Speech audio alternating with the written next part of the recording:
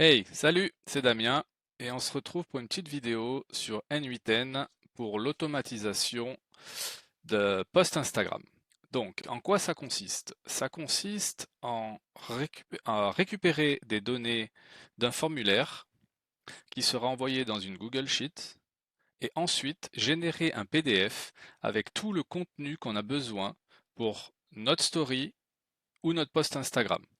Ça sera du contenu écrit avec les bons hashtags pertinents, la bonne description, les bons titres, etc.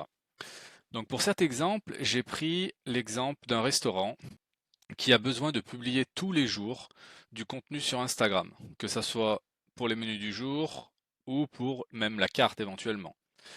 Du coup, l'idée, c'est qu'on fasse un copier-coller dans Instagram et publier. Voilà. C'est tout ce qu'on aura à faire une fois l'automatisation terminée. Donc voilà, on passe maintenant à l'explication de comment cela fonctionne. Donc en premier, j'ai les petites notes ici. Hop, on va agrandir. Voilà. Donc ici, le premier node, c'est simplement un trigger click. Donc du coup, c'est un déclencheur manuel qui va lancer l'automatisation. Ensuite, on a une Google Sheet. Dans cette Google Sheet, on récupère les données du formulaire dans un tableau. Je vais vous montrer comment ça se présente. Donc ici, on a un projet déjà. Donc là, on a le formulaire et la Google Sheet. Donc là, nous avons le formulaire. Donc générateur de menu, donc nom du restaurant, date du menu, entrée, plat, dessert, boisson, facultatif, on n'est pas obligé. Et là, c'est important de mettre ceci, car en fait, ça va refléter en fait l'image de votre restaurant.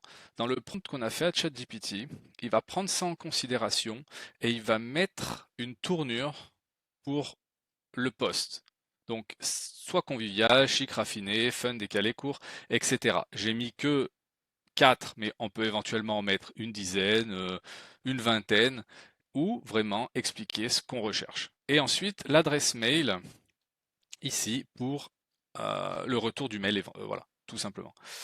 Donc comment ça se comporte? Ça se comporte comme ceci. Donc déjà là, j'ai déjà rempli le formulaire au préalable pour la démonstration, ça sera beaucoup plus simple. Donc on a le timestamp qui est déjà pour N8N qui sache où c'est qu'il en est. Bref. Donc le nom du restaurant, la date du menu, entrée du jour, plats principaux, desserts, boissons, le type qu'on veut. Et ensuite, là, nous avons les adresses mail. Bon, je les ai cachées pour la confidentialité, parce que c'est des vrais clients. Et là, traiter cette colonne, vous allez voir qu'en fait, l'automatisation va faire en sorte que quand la donnée est traitée, on a un oui ici et qu'elle n'est pas retraitée une seconde fois si on relance le workflow. Alors, passons au workflow. Donc, le workflow ici.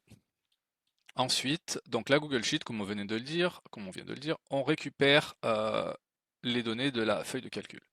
Ensuite, on a un if. Et dans ce if, c'est relativement important de le mettre avant, car en fait, on a des conditions. Les conditions sont reliées au formulaire de contact. Si la personne n'a pas rempli correctement en fait le formulaire de contact, le workflow s'arrête. Pourquoi j'ai fait ça? Parce qu'en fait, OpenAI avec ChatGPT 4, l'API est payante. À chaque fois que vous utilisez des données, donc c'est des tokens, c'est payant. Donc, vu qu'on veut limiter les frais, eh ben, du coup, si le formulaire n'est pas correctement rempli pour le post Instagram, on part dans No Operation Do Nothing. Donc, partons du principe où tout est validé. On arrive dans OpenAI, dans ChatGPT, et ici, on a un script, un prompt, pardon. Donc, ce prompt va nous dire qu'est-ce que ChatGPT est censé faire. Du coup, là, on va lui dire qu'il est community manager pour un restaurant. Sa mission est de créer du contenu Instagram parfaitement formaté à partir des informations suivantes. Les informations suivantes, je vous laisse deviner, c'est par rapport à la Google Sheet. Donc là, on lui redonne en fait les informations. Ensuite, son objectif, c'est de générer un blog parfaitement formaté avec une structure. Et la structure, c'est on veut le menu, une entrée, un plat, un dessert. Donc ça, c'est ce qu'on va avoir au top, en haut. Ensuite, on va voir le post Instagram. Le post Instagram, il va être formaté de la sorte que ça reflète en fait votre image, votre restaurant, votre menu, etc. Donc là, on lui explique bien, voilà, on veut une phrase d'accroche, on veut une description appétissante du menu, si besoin si la boisson est renseignée, pardon, on le met, sinon non, etc., etc. Ensuite, ici, on lui dit de terminer la ligne avec 5 hashtags pertinents. Donc, les hashtags seront par rapport à la description. Il va mettre automatiquement des hashtags qui correspondront à votre menu et ce que vous attendez en fin de compte. Vous pouvez très bien rajouter, vous pouvez changer, hein, on peut très bien mettre 5, 6, 10 hashtags, il va les mettre éventuellement. Et vous pouvez aussi renseigner les hashtags en lui donnant dans le prompt dans ma ville, je sais pas moi, Toulouse par exemple, ou Bordeaux et la rue, etc. Une fois la sortie de ChatGPT, on arrive sur la dernière partie où on va créer le document, le download et l'envoyer par mail. Donc, nous avons un bout de code. Et ce bout de code, en fait, ce nœud exécute un script Python. Son rôle est de concaténer le contenu du message. Alors, concaténer veut dire, en fait, faire très simple, rassembler toutes les données en un seul et même bloc. Parce qu'en fait, quand ChatGPT va sortir, il va nous sortir plusieurs données. Nous, ce qu'on veut, c'est tout récupérer en un seul et même bloc et l'injecter dans une Google Doc. Donc voilà en quoi ça consiste. Ensuite, là, on a une Google Sheet ici.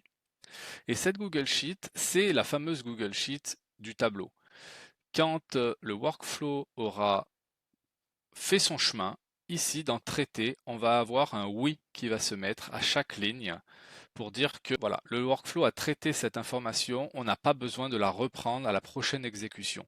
Donc si vous avez peut-être 40 lignes et que tout est oui, vous n'aurez pas besoin. La 41e ligne, elle sera nouvelle, il n'y aura pas de oui, le workflow va l'exécuter. Donc si vous avez besoin de réexécuter une ligne en spécifique, vous supprimez le oui, vous relancez le workflow et vous génère un nouveau contenu. Voilà, aussi simple que ça. Ensuite, on a la création du Google Doc. La création du Google Doc va se mettre ici, dans votre projet. Donc, dans votre Drive, vous créez un projet avec le formulaire, la Google Sheet, et là, le document va se créer. Ensuite, une fois que le document est créé, on lui fait une update. Donc, on va dire, dans ce document qui a été créé, injecte-moi les informations que ChatGPT a générées. Une fois que c'est fait, on va convertir en fait ce format doc en PDF et on va le download dans N8N. Ensuite, on dit à Gmail d'envoyer ce PDF à l'adresse mail que vous avez renseignée au début. Donc pour que ça soit plus parlant, on va faire une petite démonstration. Donc là, ça c'est le workflow qui sera disponible. Et celui-là, c'est le workflow qui va servir de test tout de suite. Donc du coup, on va vérifier quelque chose. C'est que là, voilà, j'ai enlevé les oui. Donc du coup, il va nous générer des informations. Voilà. Donc là, on va l'exécuter. On est parti. Donc voilà, il consulte les informations, il génère son contenu.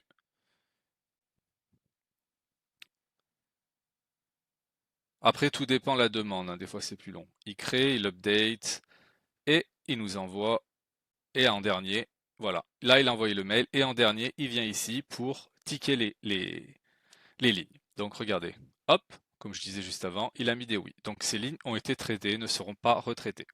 Comme je disais tout à l'heure, le document, menu du jour, a été créé ici. Quand on clique dessus, on a notre poste. Il n'y a plus qu'à récupérer et copier-coller. Mais ceci, c'est juste dans votre dossier.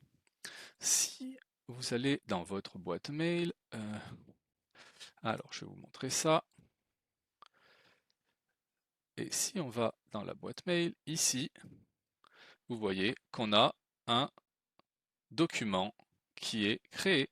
Vous pouvez le télécharger et vous en servir pour pouvoir copier, hop, dans votre post Instagram. Voilà. Donc, j'espère que ça vous aura plu. Si vous avez des questions ou que j'ai oublié des points, n'hésitez pas à me le faire savoir en commentaire. Merci d'avoir regardé la vidéo jusqu'au bout et à bientôt. Merci.